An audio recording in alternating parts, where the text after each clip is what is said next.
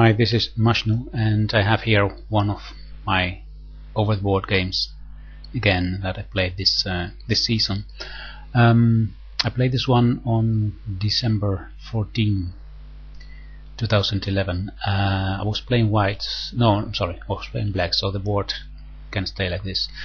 It was in the regional league competition, so against a player from another chess club.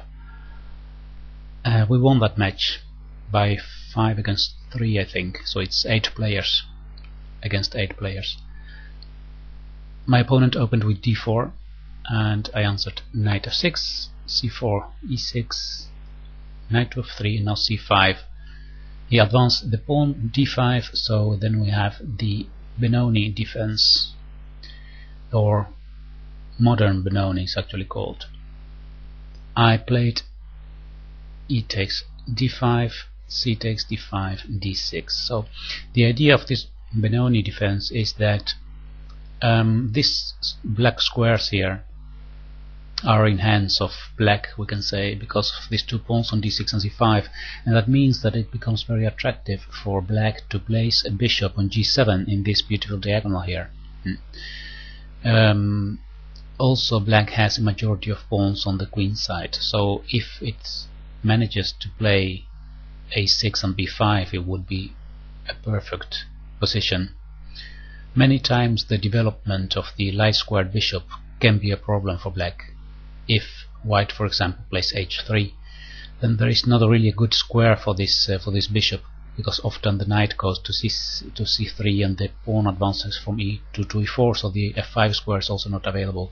So that's the let's say the difficult part of for black in this system. White has a majority in the center, so that's the compensation for this majority in the queen side for black. So white can try to advance these center pawns to start an attack in the center many times. Well, let's continue. Knight to c3, knight a6 I played.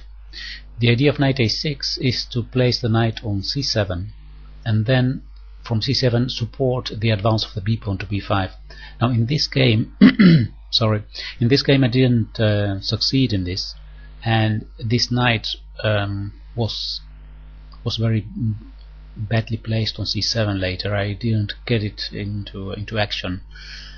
Later I saw a few games played by the famous Mikhail Tal, where he plays this same variation with knight a6, and I got some interesting ideas. Well, perhaps I will do some videos about these games of Tal in this variation, because they are really spectacular. The sacrifices that he does, the attack ideas, it's very entertaining. Well, let's continue. h6 played. Well, as said before, it's to prevent bishop to g4. I play g6, e4, the knight goes to c7 with the idea of playing a6 and b5, or perhaps bishop d7 and b5, or rook b8 and b5, or b5 anyway is the main idea. Bishop to g7 then, castle, and now he plays a4. Of course, this is a prophylactic idea against b5. We see this a lot in the Benoni defense, that white plays a4 to prevent b5.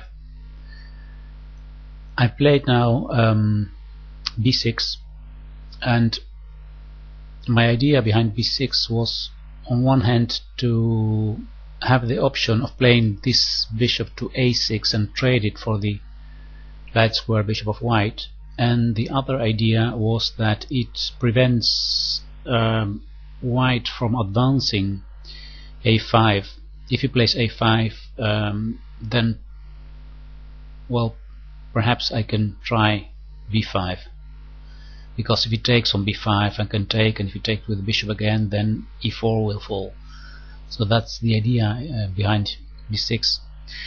Later, after the game, when I was at home and I searched in my database whether this position has been played before in the Grandmaster games, I found that in a game between two grandmasters, actually it was Belyavsky with black, in this position he played rook to b8, and the game continued with knight to d2, and then he played b6. So the idea of b6 is not strange.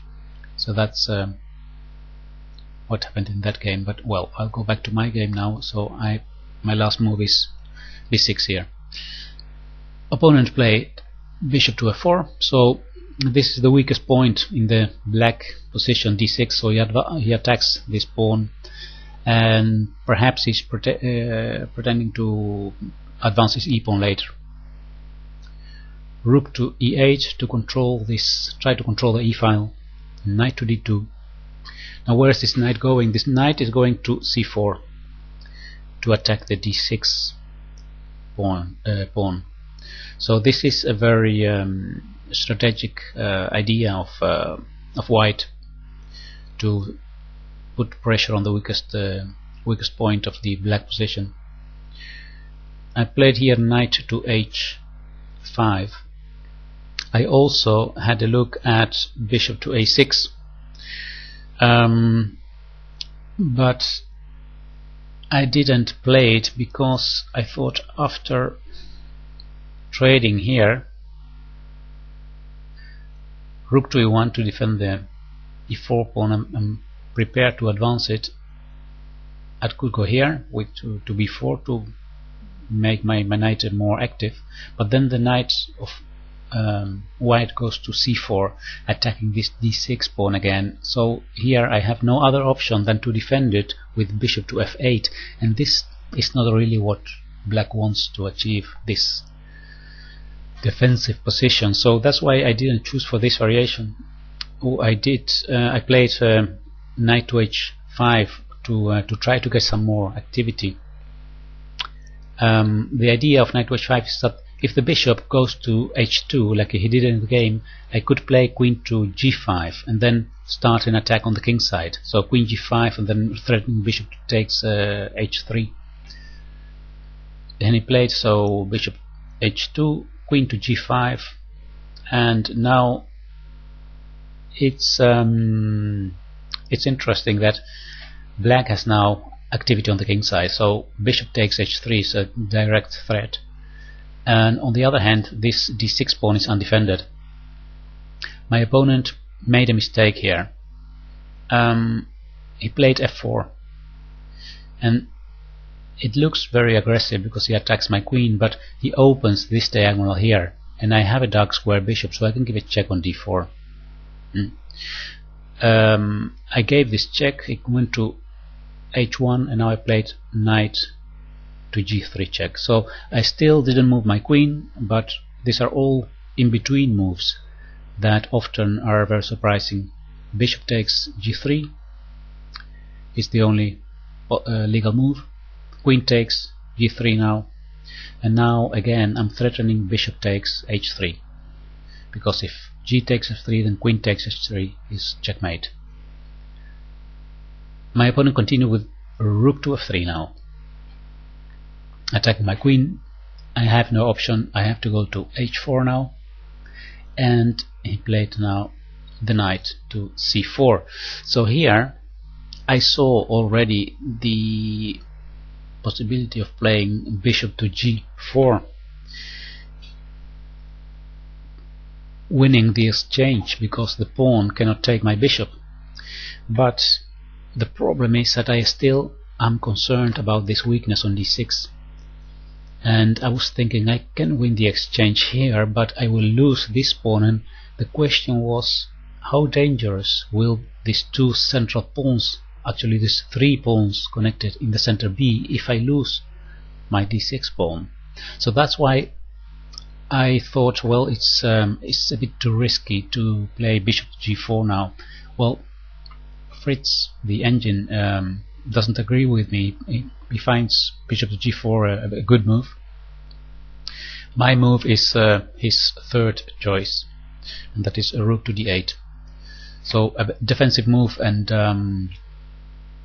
well, I still got the chance to win the exchange after this, because my opponent played here knight to e2, and it looks as if now there is no winning of exchange here. Oh, My phone is ringing, so I'll continue in a moment.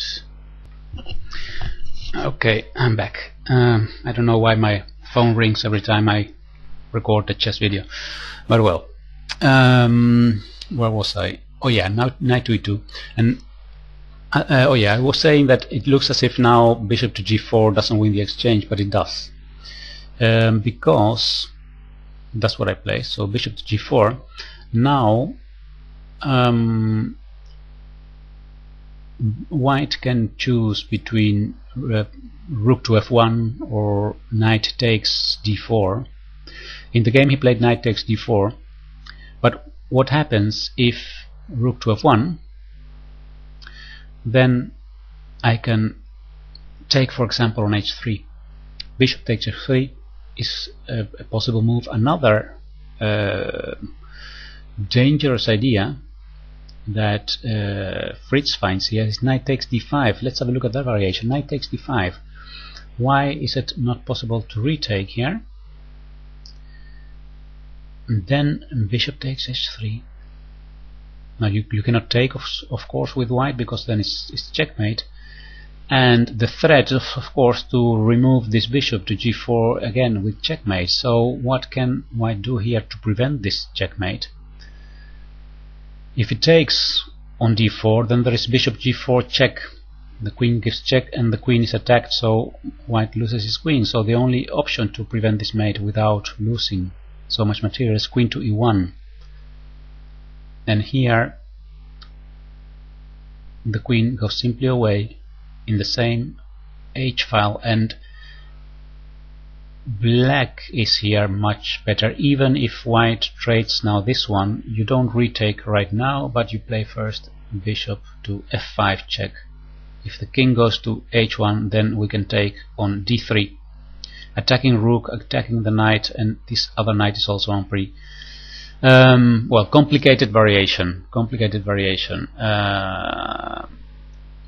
I don't think this is something that's very easy to calculate when you are playing.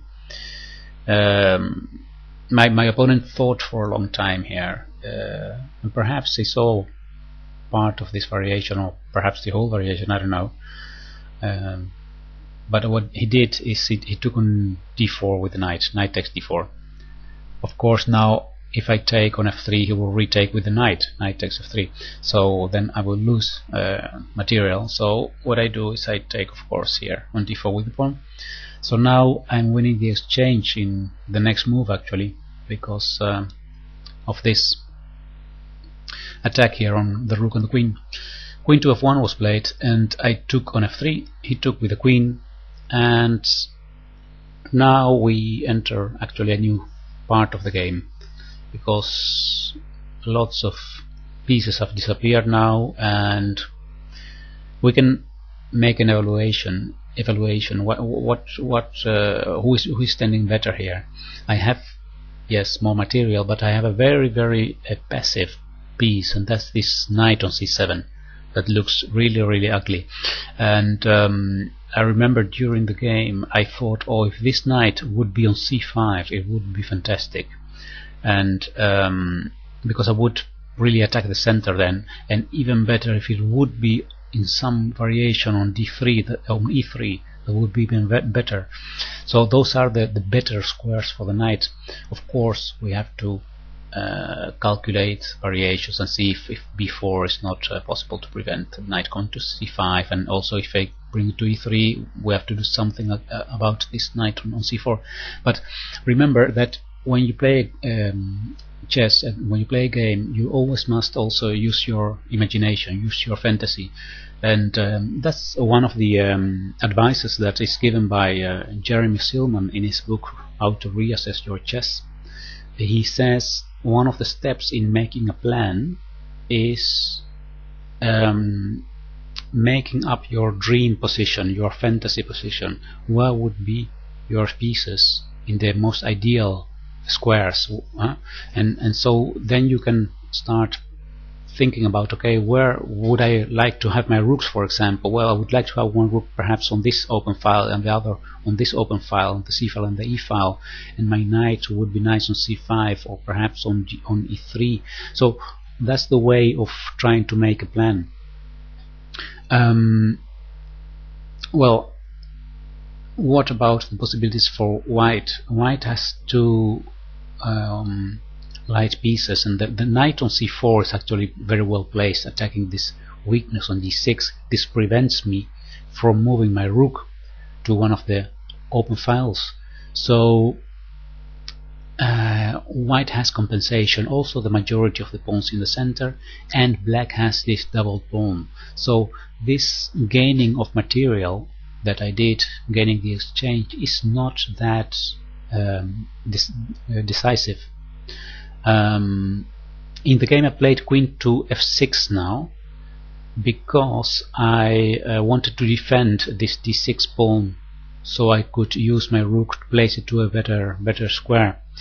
I also thought about, instead of queen to f6, to play knight to a6, with the idea of bringing it to either to b4 or to c5. But the question is that there is a possible sacrifice here. Knight takes d6.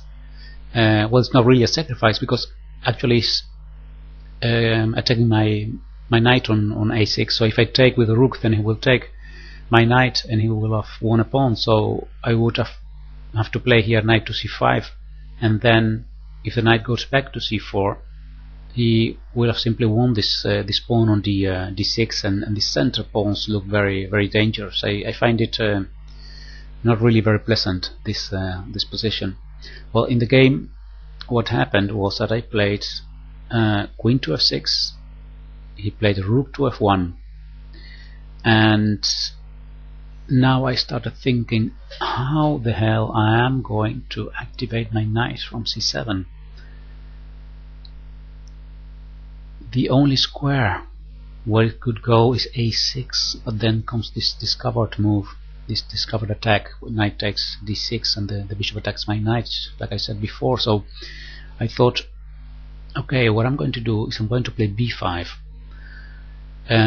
to try to activate my knight that way and look for activity on the queen side, because white has all his pieces directed towards the Kingside, so I can expect either an attack in the center or on the Kingside.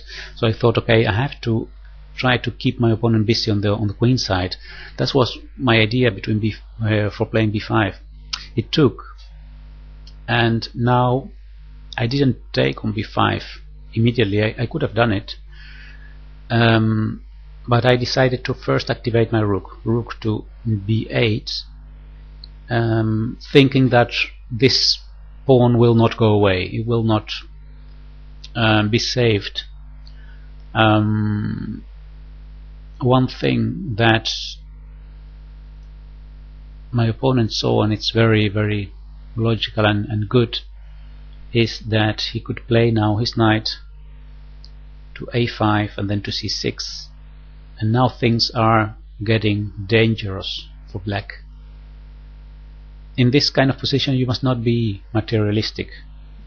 Playing the knight to a3 to defend this pawn would actually be nice for black, because he would let me show you some positions. If he would play this, then he places his pieces in less active positions, and we can say he's saving this pawn, but activity is, let's say, the most important thing. So here, for example, I could try to double up my rooks on the b file, rook to b7 and the other rook to b8, and continue the attack for this pawn, and then I will be the one attacking and he would be the one defending. So what my opponent did in the game is actually better, to play his knight to a5, simply forget this pawn on b5, and go for the c6 square.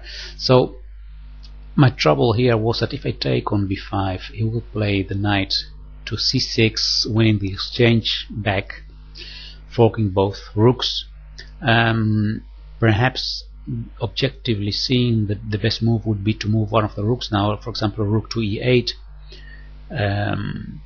but somehow I started seeing here that my opponent is improving his position more and more, he was in time trouble here already. This is move 26 and we had to play up to move 40, so 14 more moves, and he didn't have much time. I think about 10 minutes, something like that.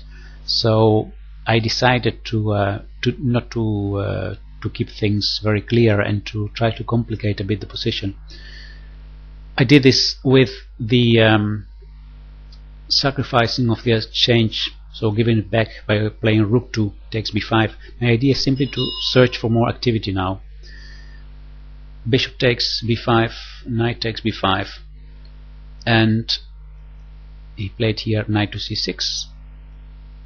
My rook went to e8, queen to d3, and now I played a6 to defend my knight on e5.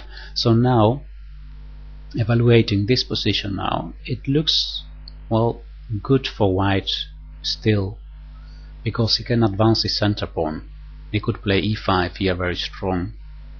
But something strange happened to my opponent, perhaps because of his time trouble, or because he was a bit nervous about this idea that I gave back the exchange and tried to search for more activity now. He played some strange moves. He started with g3. Perhaps he was thinking that he has to defend this f4 pawn. Yeah, that was his plan. His plan was that, I'll go back one move, this pawn is only defended by the rook on f1, and his idea was that he wanted to go with the rook to a1 to attack my a6 pawn, because if this one falls, then the knight on b5 is undefended. So that was his plan. It is in fact not the correct plan. Here he could have advanced this pawn that is much more active, much more dynamic, and forces me into a defense. So here taking the pawn is well, almost suicide, because after f takes, then this pawn is defended and the rook has this half open file. It becomes dangerous for me. Instead of this center breakthrough, my opponent played g3 and I played h5. So my chances would be to try to open these defenses here of white. Again, here white could have played e5 with the same idea of attacking the center, but he was very consistent in his plan. He had played a g3 already to defend the f4 pawn, so now he continued with rook to a1, and in fact this is too slow. I played h4 here, again looking for dynamism on the other side. He went with his king to g2. I took on g3, he took with the king, and now I played g5. It looks like things are getting dangerous here on the king side, but the question is, dangerous for me or for him? It was of course only my only chance to get some active plays, to open these files here. Right now he could have played queen to f3 and later go back with the rook to g1, put the king away and start his own attack here on the king side, but my opponent was someone who is very consistent in his plans and his ideas, so he kept with the idea that he has to attack on the queen side here, and that's why he played the bad move f5, fixing these pawns on the king side, perhaps thinking that then he will be free to attack here on this queen side.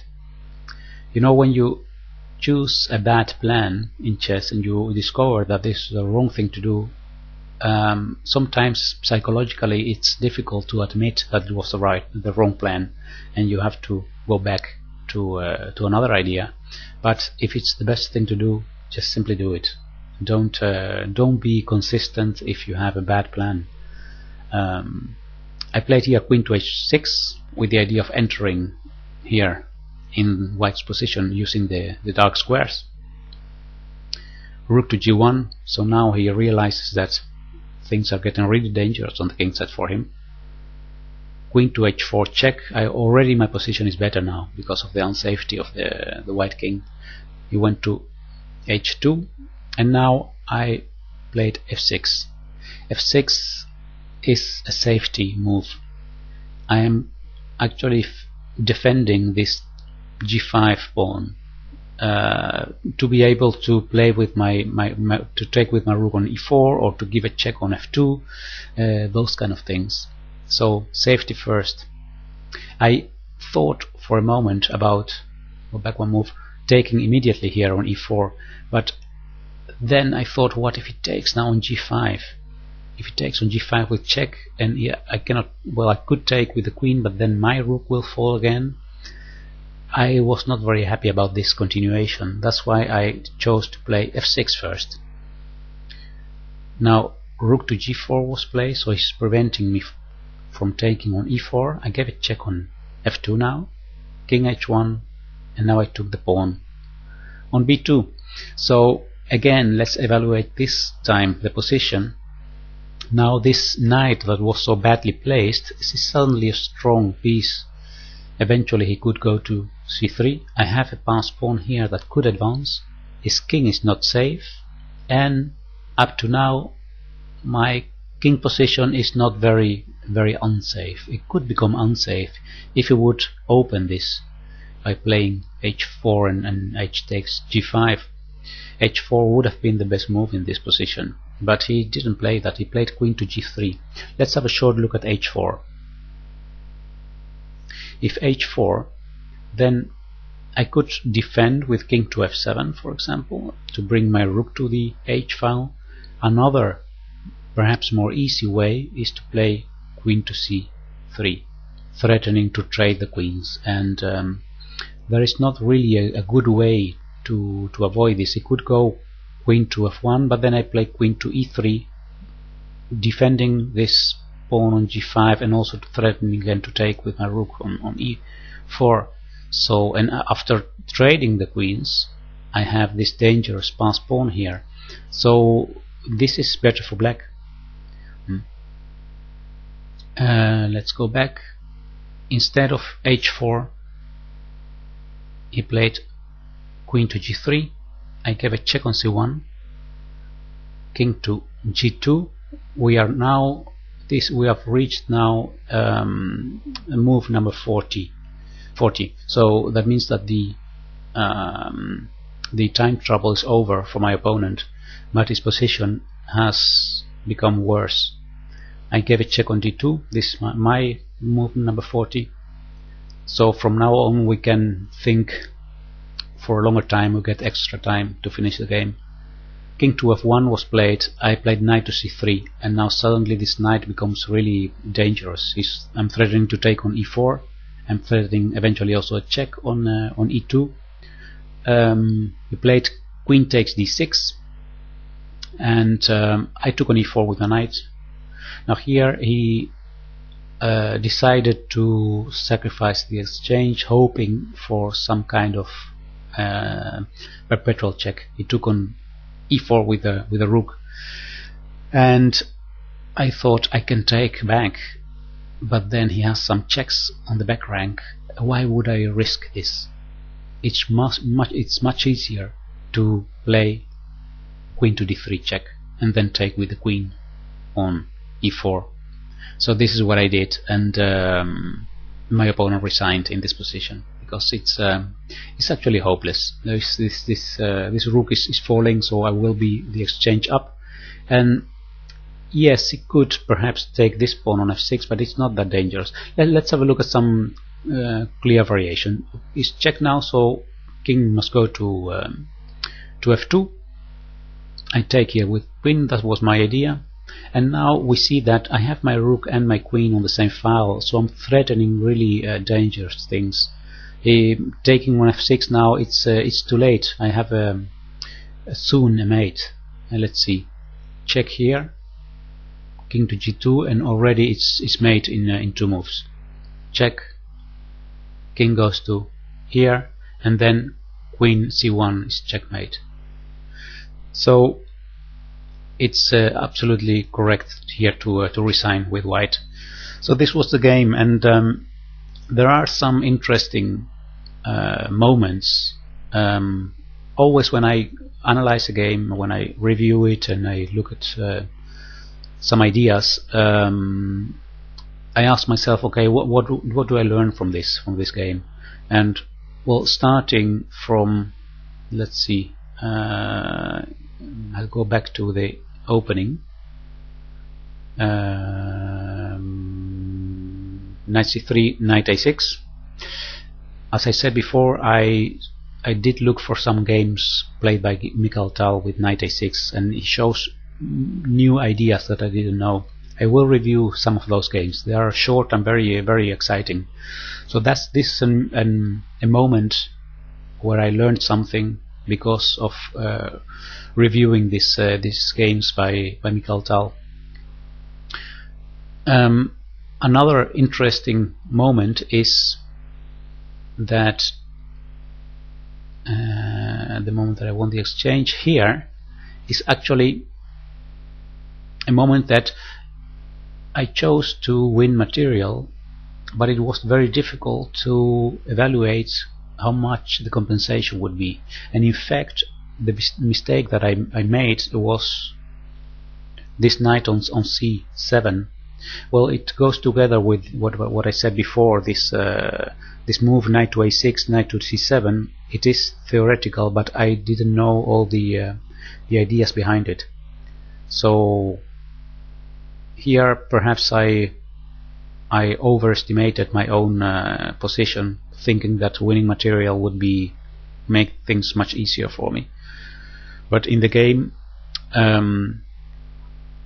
he could have played, as I said before, he could have played at a certain point e5, and very dangerous. This is an important moment in psychological way of looking at the game, because my opponent was in time trouble. So it was, I think, a correct idea to take on b5, even if perhaps objectively seen is not the best move, because if white plays really well from here on, he has a better position. He gets a better position according to the engine analysis of Fritz.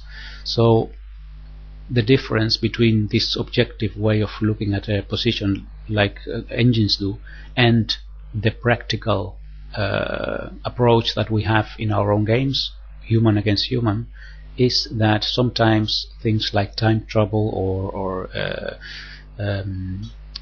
feeling insecure about your position, or making your opponent a bit insecure by surprising him by this kind of counter sacrifices, is something that plays a role in chess. And that's actually why playing chess against humans is so much more fun than playing against a machine that calculates everything and has no emotions, no fear, no nothing. So well, after this, let's see, are there any other important moments? Well, this I could say I'm very happy about this, that the only part of the board where I could find some dynamism, I used it, and with success entering here in the position of my opponent, and from here on I had the initiative and he was the one who had to react to my actions. So that was the good thing, and the ending position here. Okay, well, I hope you enjoyed this video, and I'll see you next time. Leave your comments on YouTube. I always like very much to read them, and mostly I react to the comments that are written. Not always, but if you write a comment, most probably I will reply. Okay, thank you very much, and thanks for watching. Bye bye.